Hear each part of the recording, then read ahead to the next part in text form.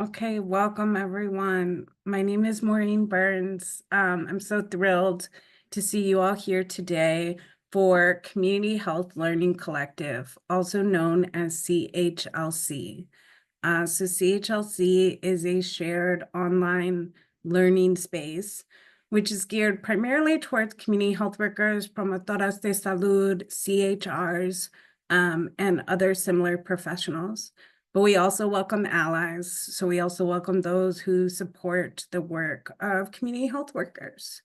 So as I said, my name is Maureen, and I facilitate this group with my colleague Candace Straw. We are two community health workers working in Chicago, Illinois at the HAP Foundation. But this group welcomes CHWs and allies from Chicago, Illinois, and from really all across the nation. And it's really great to have our speaker here today because she was also my colleague when we first started this group. So it's really special to have her back. So we meet once a month virtually over Zoom, really just to come together in community and learn from one another. So we have a wide range of topics that we talk about.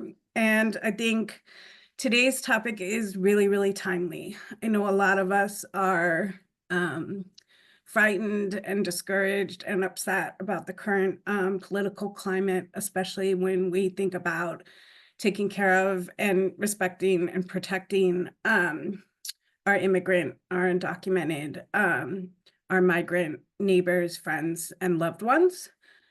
So we're really thrilled to be able to welcome Angelica today. So I'm just going to tell you a little bit about her. She's amazing. Angelica Gomez is a community health worker, promotora de salud, bilingual, bicultural, and has served immigrant communities on Chicago's Southwest Side for more than 5 years. She holds a bachelor's degree in community psychology and a public health certificate in population health career pathways from SUHI. She has experience as a research assistant, resource coordinator, outreach worker, and community engagement worker, including in hospice and palliative care, mental health services, grief support, immigrant rights, and LGBTQIA services. So we're really, really thrilled to welcome Angelica. And with that, I'm going to turn it over to you, Angelica. Take it away. Thank you, Maureen. I hope everyone can hear me. I am currently in the warehouse of my new job. I am the Books Mobile lead over at Open Books organization. So I will be going to our 10 target neighborhoods on the south and west side, providing free books to children and a pay what you can model for adults. So if you would like for me to visit you with this brand new RV that we will be getting later this month, maybe early February, please hit me up and I'll do my best to make my way to you. Yes, thank you, Marie, for the introduction, and shout out to Candace because I miss her too. And then with that, I will begin. I'm going to share my screen.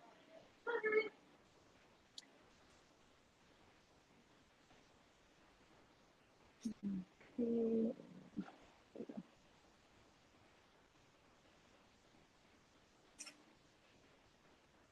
Okay, so here's our title, Understanding Migrant Health Needs, A Promotora's Perspective by myself, Angelica Gomez. And today, we're the 22nd. Okay, first things first is you.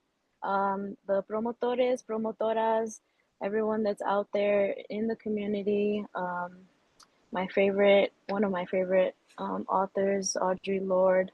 Caring for myself is not self-indulgence, it is self-preservation, and that is an act of political warfare. And then one of my favorite influencers, self-care. So first things first is you. If you need water, tea, anything like that, coffee, Diet Coke, any diet, Dr. Pepper's my favorite, so that's what I have. And then we can just jump right into it. So I was a community health worker at a clinic called Community Health, which is in Chicago's West Town neighborhood. And then we also had two microsites over at Belmont Cragen and in Little Village as well, um, which I will also plug again at the end because it is a free clinic for anyone that is undocumented, does not have health insurance, doesn't have access to health insurance, and even underinsured citizens. So it is a very great resource uh, in the community. Um, but while I was there, in my time there, I was part of the mobile health um, clinic, which it was literally suitcases filled with medical equipment and things like carts and everything, going to the police districts, precincts where a lot of the asylum seekers were being sheltered at the time. And then we followed them wherever they were placed, either to actual like homeless shelters or family shelters, and then eventually into their apartments if they were able to secure housing. Um, I was on the mobile health clinic team as well. So what I saw during these clinics was definitely a lot of routine health needs during the cold and flu season, people wanting to get vaccinated, people dealing with allergies, asthma. We had pregnant people, people gave birth in the precincts, which is wild, but also, people or whatever people are, things are going to happen. So, and then we also had mental health, and then we referred out for mammograms. We did have partner hospitals that did it either for free or low cost, or I would help them apply for assistance. Prostate exams, medications, and then help as they started moving into housing, how to maintain a healthy home. So, how not to exasperate asthma attacks. How to manage your allergies inside. Here in the U.S., which is not the same in other countries, but here in the U.S., we spend a lot of our times indoors, which is very different from other parts of the world. So, teaching families how to properly dispose of waste, how to properly clean their home, um, and for example, like using vacuums versus sweeping because that picks up dust and can cause an asthma attack. Little but big things that it's a lot of education as well. And then this is a picture from one of the police districts we were at, and um, fortunately, I was able to partner with Working Bikes, which provided free bicycles so that new arrivals can get around to their appointments. Obviously, this was in nicer weather, not winter weather right now. When we did get into colder weather, we were able to provide venture cards and even Ubers for the ones that, like, I guess, our patients that really, really needed help getting to their appointments and whatnot. But these are some of the urgent health needs that were addressed. And as community health workers, we know social determinants of health is a big part here. So I included nutrient dense food because we were seeing a lot of their A1C levels were pretty high, and it's like, okay, what are you eating? And the feedback would be whatever I can get my hands on that day is what I'm eating. A lot of it is pizza, fries, hamburgers, a lot of what organizations were dropping off to where they were. So we did see a rise in A1C levels, hypertension.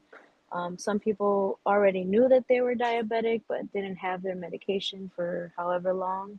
So getting them back to, I guess, well, bringing their health to the current care that they received here in the city. We did have a few neuropsych referrals, which was very devastating because the earliest appointment was in 2 years. Like that wait list had a wait list. And there are wait lists everywhere for mental health therapists, domestic violence advocates. Um, so a lot of this was me trying to figure out which organization had the shortest wait list, which organization can see someone that day or the next day, because a lot of these were very urgent needs. We were seeing a lot of sex work being done, so did a lot of sexual health education, prevention, prep, things like that, and like condoms or birth control, things of that nature. And then we did see some parents lose their children to the system because um, they were having their children work, sell candy, things like that. And the state took them away. So, educating on child labor laws here in the city, in the state of Illinois. The diabetic foot and eye exams, we had to bring them to the clinic because our mobile health clinic was not equipped for that. So, we were able to do that successfully as well. Vision for contacts and glasses. We did have one van that came and provided eye exams, and then they received their glasses or contacts, I would say about 4 or 5 months later. So things were moving, but they moved slow. But at least they were moving. And also did a lot of disability advocacy. Some of the parents have children that have disabilities, so finding them resources as far as like for autism, or even like mobility issues, things of that nature. Finding a lot of resources. Either, well, my favorite is free, but if I could find it, if I can't find it for free, I will find it as low cost as possible. And then this is where a lot of the asylum seekers, they were asking, oh, I've heard Chicago's a sanctuary city. What is that? I don't understand what that is. So I did a lot of education on this as well. As of 2017 in Illinois, it's Chicago, Evanston, Oak Park, and Skokie.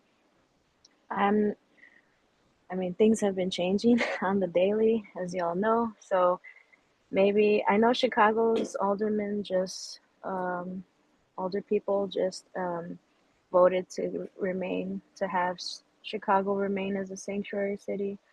And there, you can also look this up yourself. The older people that voted against Chicago remaining a sanctuary city, and that's important to uh, be up to date on the politics, the policies, all of that, because that definitely informed my work as a community health worker. And so, a sanctuary city, according to Global Refuge, is a policy that limits or defines the extent to which local state government will share information with federal immigration law officers.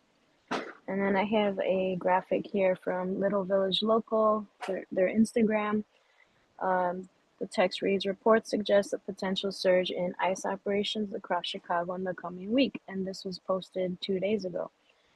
We have seen some talks of, or like sightings of ICE, but there aren't pictures, so I don't know how valid they were. I know a lot of it could be very like scare tactics, but also word of mouth.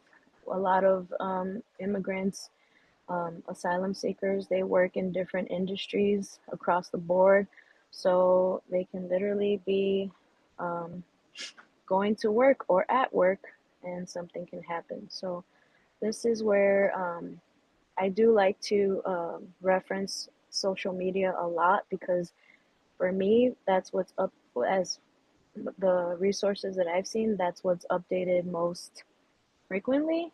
And so yes, this is what Sanctuary City is.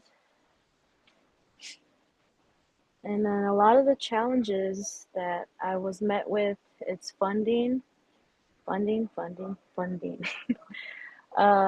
We had to be very careful about how we spent, um, and literally like going over our budget weekly because money was going fast because people needed a lot of things.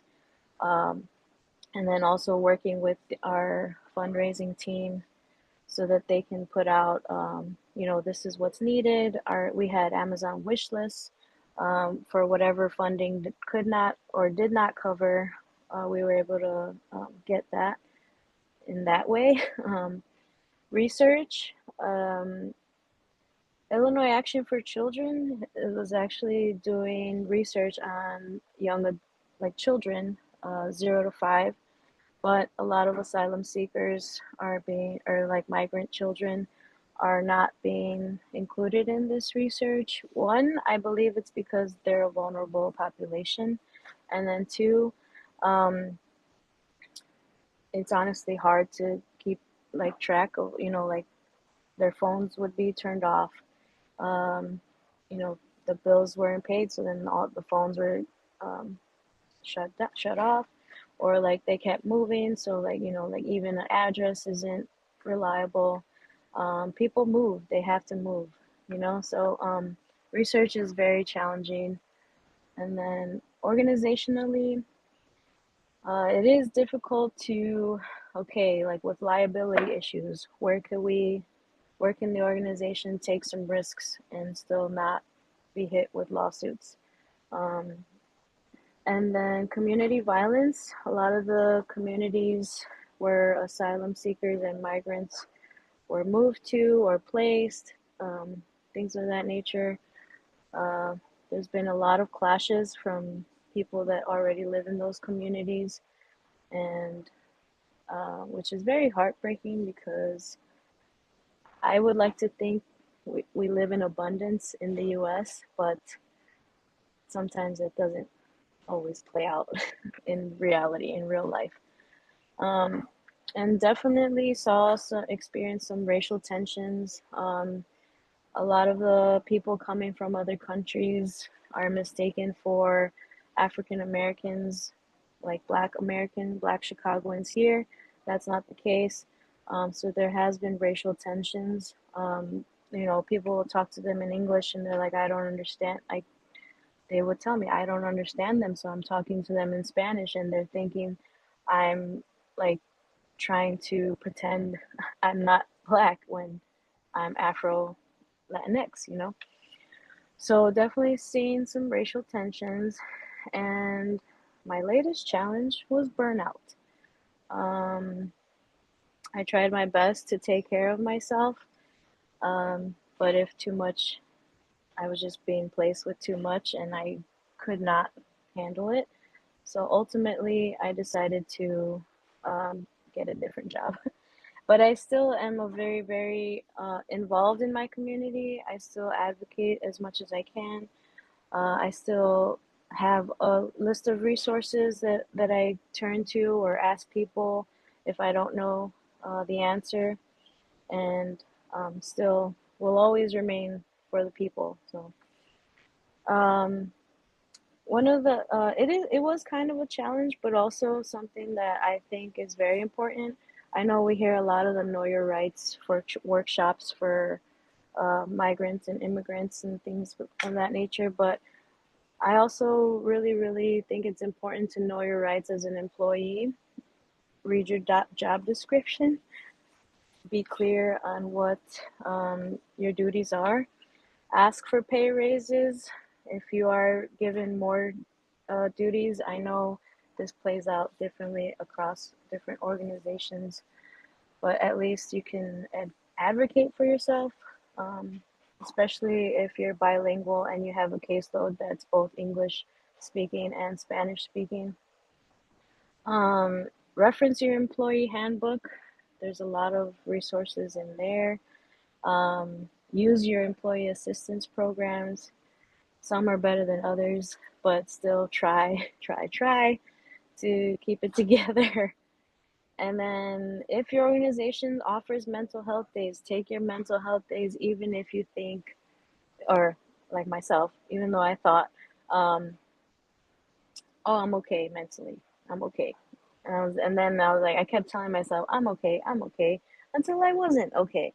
So it was very important lesson for me to take my mental health days if your organization offers them. If they don't, I definitely suggest maybe coming together and asking of this for leadership, because what we're day 2 and there's already a lot of crisis happening, and we have a lot like years of this, and it doesn't stop, like if any new administration that comes in, I believe all of this is still true.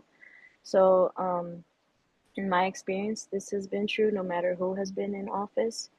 um, but yes, it's a very short presentation, but I do want to go back to, where is this one. There are a lot of know your rights workshops happening. If you are, on social media, that's where I've found a lot of the information, through our local, like chicago.gov websites, through your local older people's pages, and then also local organizations. Um, I don't have anything for like nationally, I just have things in Chicago.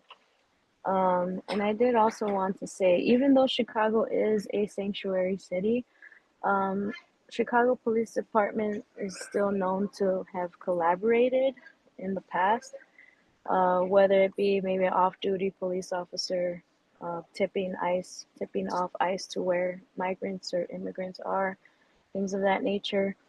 And then once you cross that line from Chicago to Berwyn or Chicago to Cicero, um, there's different processes for, like Chicago is Chicago, and Cicero, they have their own governments, even though we are literally right next to each other. So that is something very important, to keep in mind, when explaining, things to your clients or patients, things like that. Uh, yes. Mm, Does anyone want me to go back to a certain page and I have a live? question. Yes. I got a question, analysis of the room. Um, Hmm. First of all, I really like and love the work that you do and that you're involved in right now. But I do have a question. Like, what is your with what is happening now, the dismantling of a lot of services, and then how so many people are in danger now? Hmm. How are you navigating that, or how is your organization or the work that you do, how is it helping give, Right. I guess, peace to people who are really, really scared and fearful right now for their lives and their livelihoods and their well-being? Hmm. And if that's one question, and then my second question is that um, have any of the people that you've come in contact with expressed like where they could go to feel safe, or where, since Chicago is one of the targeted cities? Right. Yes. So what I've heard is from people go to wherever their place of worship. They've found refuge there. In some of the smaller, like lesser known churches, may like have it be Christian or Catholic, different types of religions. I've heard people say that's where they go. And then also, um, a lot of people do rely on mutual aid. Like they're not, um, let's say, maybe like a registered 501(c), but they are a mutual aid organization running off of donations, whether it be clothes, baby supplies, uh, formula, a lot of mutual aid, a lot of the food pantries, the Chicago, you know, bless the Chicago Food Depository, because a lot of people have found food there.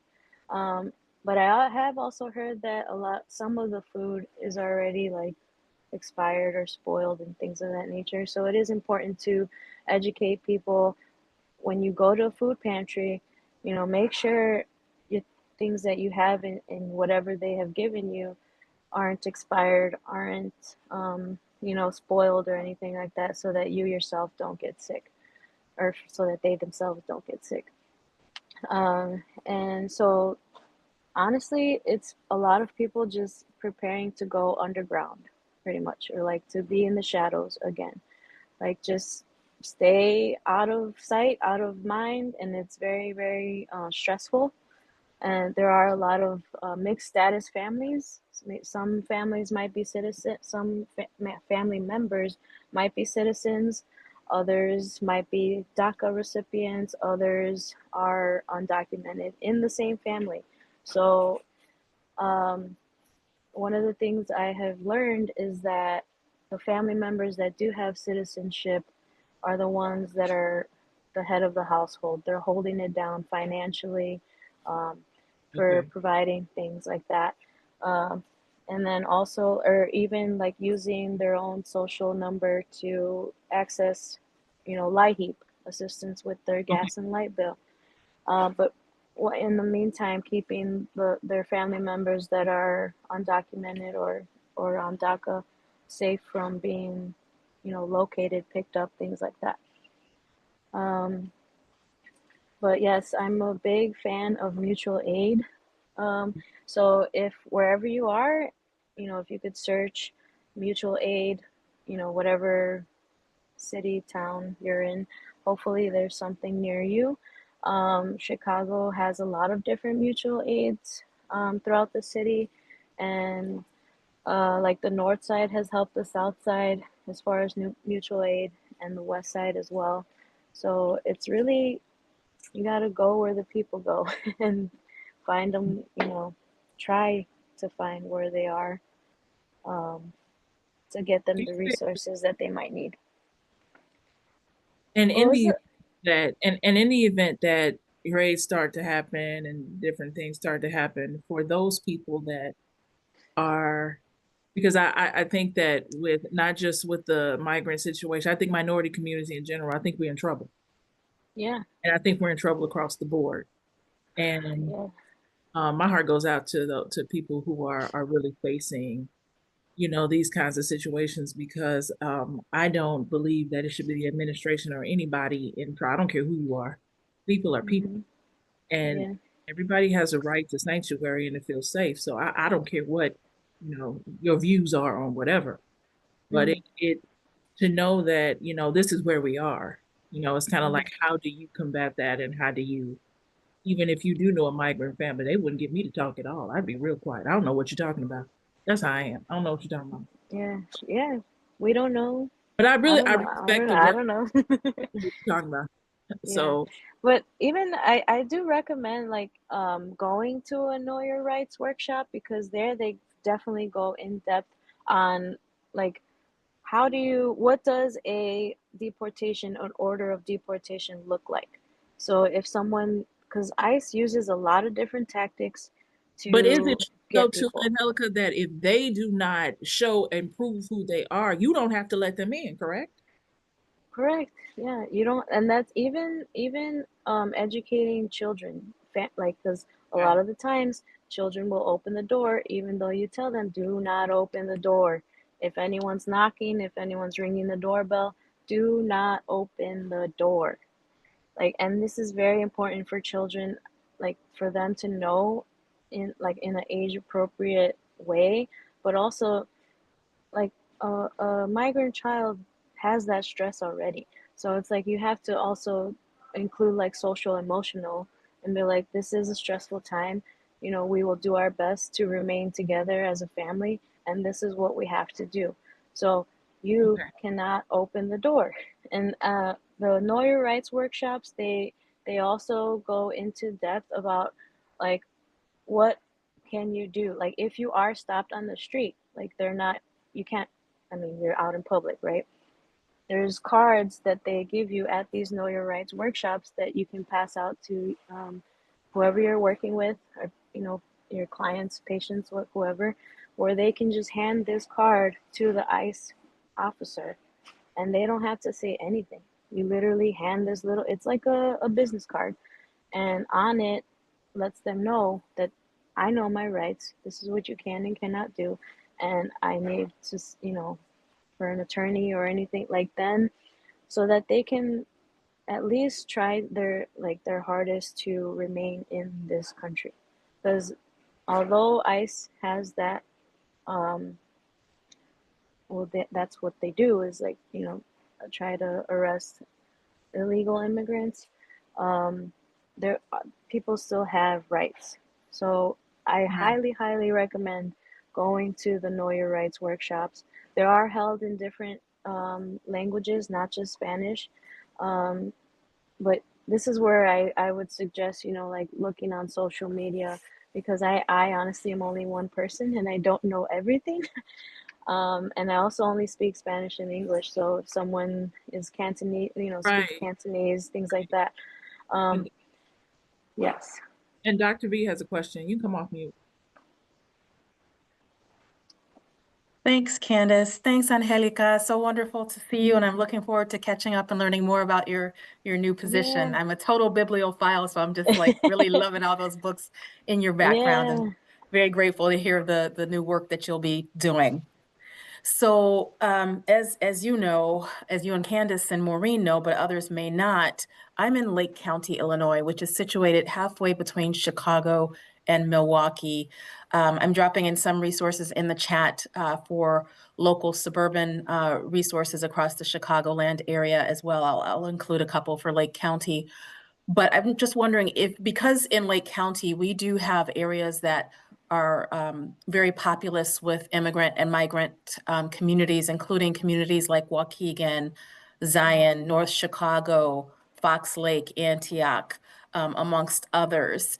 Um, are you seeing any sort of either migration from Chicago into some of these other suburban areas? You've mentioned Berwyn and Cicero. And are you seeing any type of cooperation, either bad cooperation between police or other institutions that may not be as welcoming to immigrants? Or are you seeing, good cooperation between nonprofits, faith communities, politicians or others who are really trying to not just keep Chicago a sanctuary city, but even cities that aren't considered sanctuary, that people can still find welcome and find resources in these other communities through collaboration? Oh, yeah. Hi, Dr. B. Thank you for your question. But yes, in Cicero and Berwyn, there are pockets where the organizations, even North Riverside, Stickney, those southwestern suburbs. I'm not like exactly familiar with the exact organization names, but there are organizations where people have said, "Oh, here they have treated me well, and here they have told me my rights as well, and they have educated me on things." So it really is like, and but then like, and then I'll refer some, I had referred other people there, but then they're like, I didn't get that same treatment, like I was like, I actually got scared, so I just left. So it does vary, and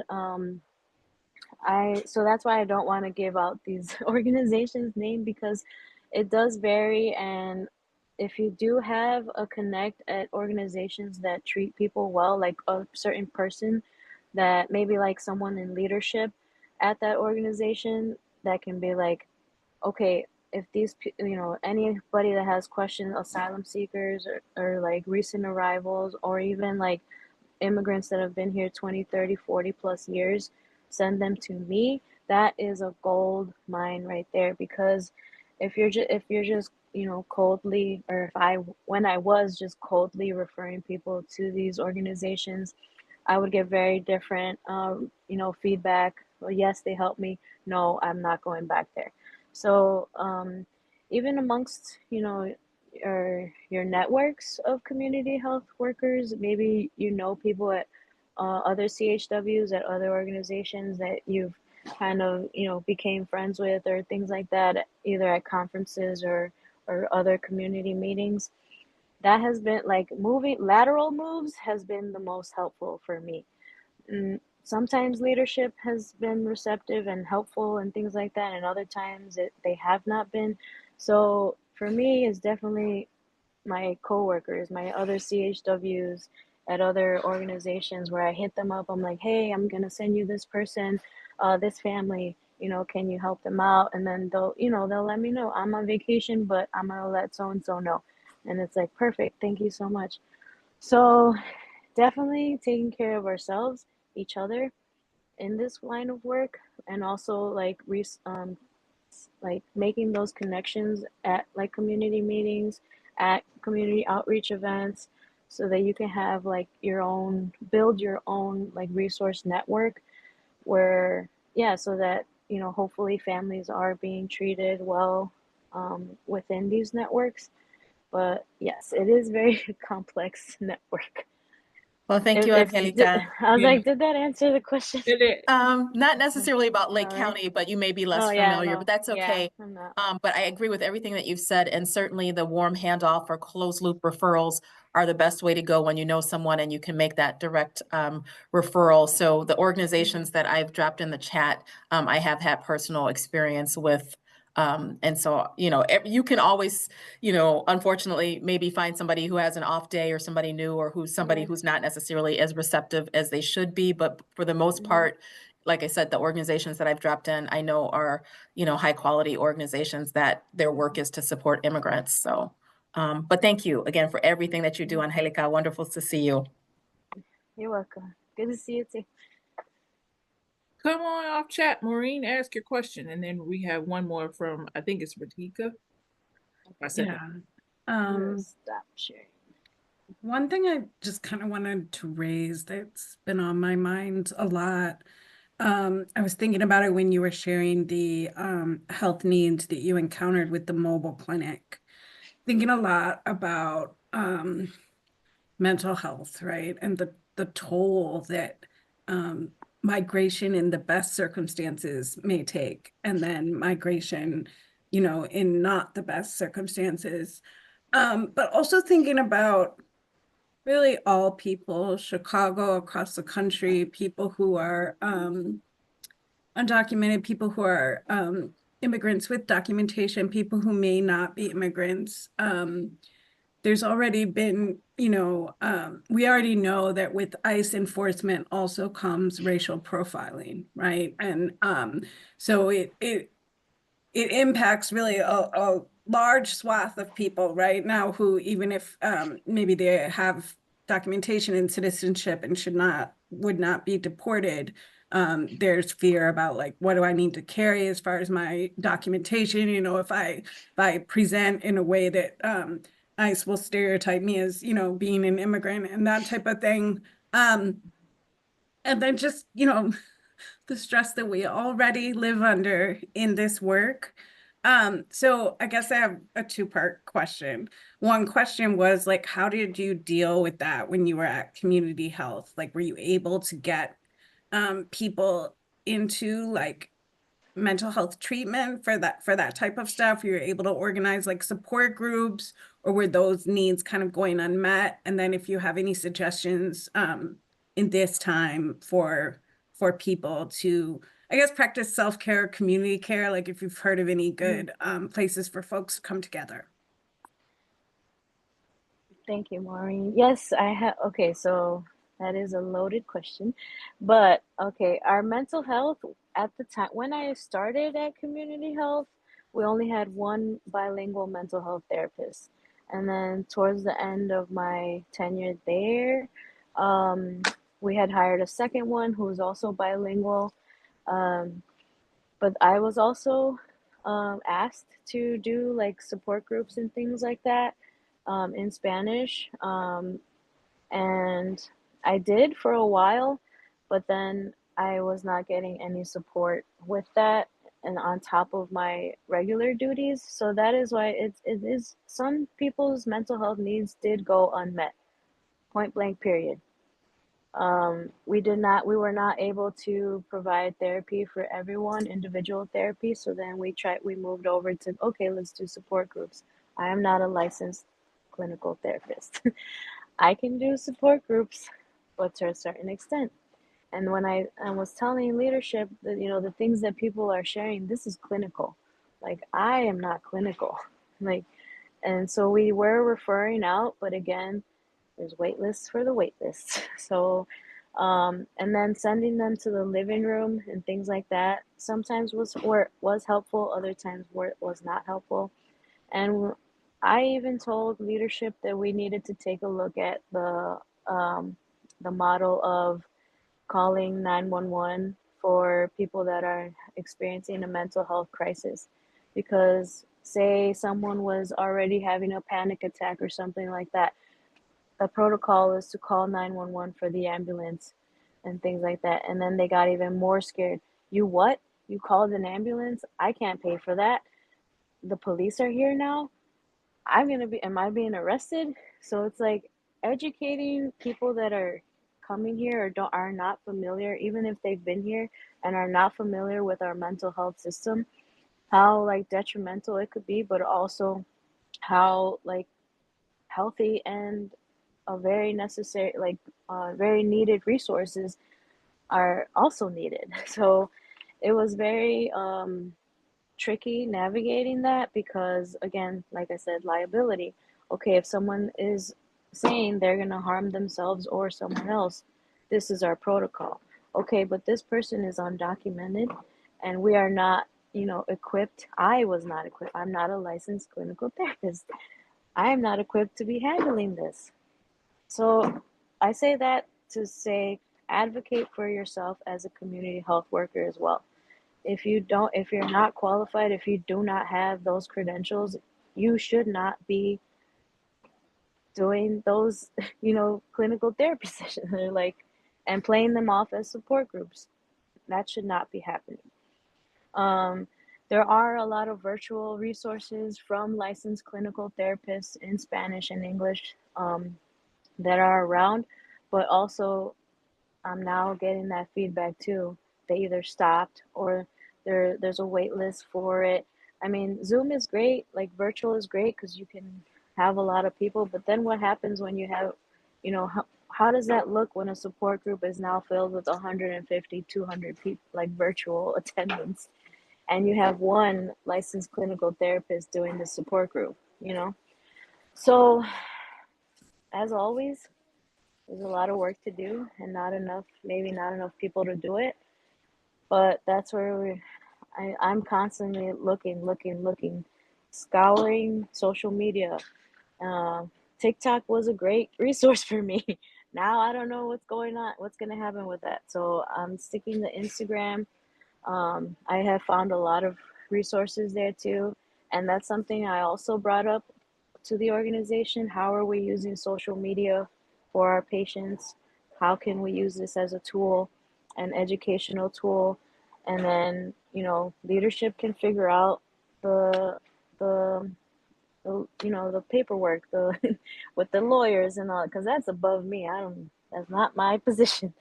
But it is, I do think, because a lot of people too, like, are on their phones. They're on their phones. They're on their phones. When you're depressed, people scroll and scroll and scroll. Yeah. So I'm like, social media is a very powerful tool if it can be used as a tool, educational tool. Yeah. Yeah, thank you. A couple of people are asking about the Know Your Rights workshops. I will, in a follow-up email, link to the City of Chicago's Know Your Rights guide and also some organizations that I know that are hosting these workshops. If you are not in Illinois or not in Chicago, please know that it might be different, right? Chicago's a sanctuary city, so like according to the law, our police force is not supposed to cooperate or give information to ICE. But I'll see what resources I can find nationally, and if please, those in the group, please, if you haven't, email those to me as well. Let's go to Radhika for her question. Thank you, Maureen, and thank you so much. Angelica, this is amazing and very inspiring. I want to commend you for the work that you've done, including people overlook the gendered aspect of the migrant. So Yes. many women, girls, and people who might be gender minorities in other ways, especially coming up through the Darien Gap. The estimates we hear, like more than 75% of them endure sexual assaults. coming up from South America. And so just want to encourage everybody, find out where you can get free HIV testing and care, where you can get pregnancy testing, where you can get prenatal services or abortion services, because not only so many folks have, and also your sexual assault hotline. And then when people are on their phones so much, maybe we can start to put up lists of like positive sites that folks can go to uplift and to get solidarity with others. And then I just want to throw out, I'm wondering if you can also encourage migrants to consider leading their own support groups where people are building up their own support, just to consider that. And then for those of you who are in Illinois, outside of Chicago, we did put the Illinois Coalition for Immigrant and Refugee Rights there. And then we know that there are more people coming from Africa and Asia up through the southern border. And so there's BAJI, BAJI, which is just immigration for African migrants. And then across the country, there in big cities, there's often Asian Americans Advancing Justice. It's a national organization with local affiliates, and they might have some information specific to Asian immigrants who are coming up through the southern border. Oh yes, I have a story about that too. So I am also a I'm blanking on the word. For children, when you can a mandated reporter. We had a case where we had a 16-year-old come into the clinic for sexual health. Okay, great, but I was called in because she wasn't really talking like about what was really going on, like as far as stress and all these things, and some of the like physical things that the doctor was seeing.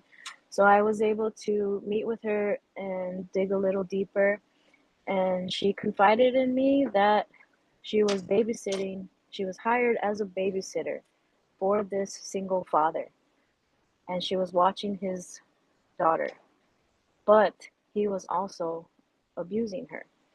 And she's like, I have not told anybody this. So that's why even at the Know Your Rights workshops, I did inquire, okay, what are sex workers' rights for migrants, asylum seekers, immigrants? Because through this, and he was a citizen, so through this violence, she was able to get a lawyer. I was able to find resources for her, get a lawyer, and report this man that was abusing her. And she was like, I asked her too, I'm like, have you gotten paid?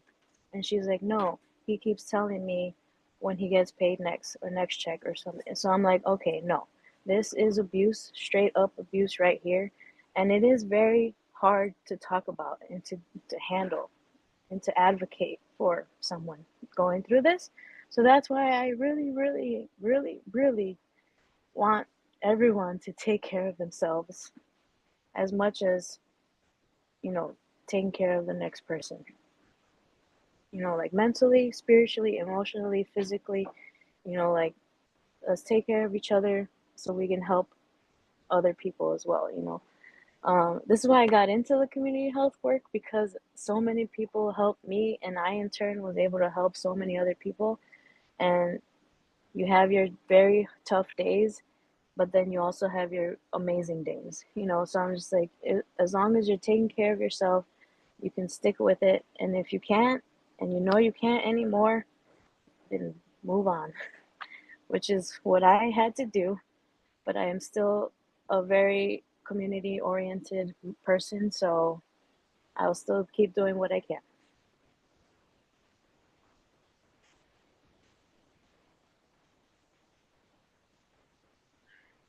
I think I saw in the chat, forgive me if I'm saying your name incorrectly, Manveet had a question or comment, if you want to come off mute. Yeah, hi. My name is Manvit. I'm from the Mobile Health Program at Advocate with Amy Moses, and I was just curious because um, I think kind of like a lot of mobile programs, we're between this role of clinical care that's very brief and then trying to connect people to social services after. And because they see so many families, I don't actually meet them in person to try to connect them with social services. So kind of with this new new changes, new situation. I was curious if anyone had any perspectives or suggestions on ways to engage people to try to, get those resources and services to them, even though they have this big fear, and especially when they don't speak English, not necessarily understanding what exactly is being provided, but yeah, trying to be able to connect with them, even though there's obviously a lot of anxiety and fear and distrust. So it's kind of, we've already kind of seen an effect in terms of our ability to actually engage with families the same way as before. I would say if you are a clinical provider, in your wherever, whoever you work for, if you do have community health workers, tap into them, like uh, as far as maybe your patients aren't willing to tell you what's really going on, but like that story I just told, I was able to gather a lot of information that the provider was not able to get to. And as far as the resources, there's always like the community health worker, but then there's also different names, a resource coordinator, things like that. A quick search on the internet, you could probably find someone in their area that could help them with those social services and resources. If they don't have a social number or ITIN or a DACA, they aren't under DACA, then you're gonna have to look a little deeper, and this is time and effort.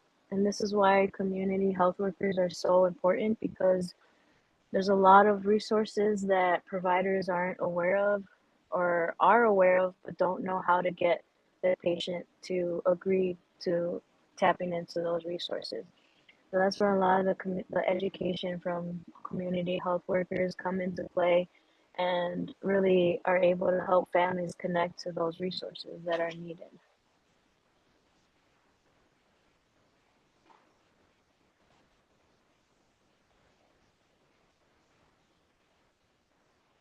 Yeah, I also just put in the chat some ideas that I had, and I'm definitely gonna be sharing a lot of resources, my own and those that you all share with me, in a follow-up email to this group. Just as a reminder, I always send like a follow-up email. Angelica, if you're willing to share your slides, email me those and I can put that out in the email as well, and I'll link to the recording. I also think that this has always been an important topic, but it's also very timely, and also things are changing and happening quickly.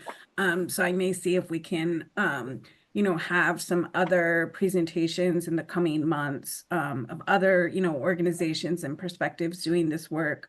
So anyone has suggestions, please send that over to me. I just want to thank you so, so much, Angelica, for sharing your time, your perspective, your wisdom, and your love of the community with us. We really, really appreciate it. Yes, thank you for having me. Yeah, I will say lastly, yeah, whatever, as long as there isn't a clear path to like citizenship and things like that, organizations and resources like these will forever be important. So, yes, that's the last I have to say. And yes, I will share the slides, and I will also share like some mutual aid groups. I do stay specific to the South and Southwest, West and Southwest, but the ones that I do have of the North and like the um East side, I guess, I can share as well in the email with you, Maureen, for everyone. And thank you so much. And thank you all. for sharing space today. We look forward to seeing you in February. The invitation for the February CHLC has already gone out. We'll be welcoming back Ujima Medics to do an asthma care community workshop to teach us, like, as community members, how we can help others when they're having an asthma attack. So they're a great organization. We're glad to have them back. If you have not received that invite, it may mean that you are not on the invite list. So please send me an email and I will add you to the invite list. We welcome all. We will see you next month. Thank you so much.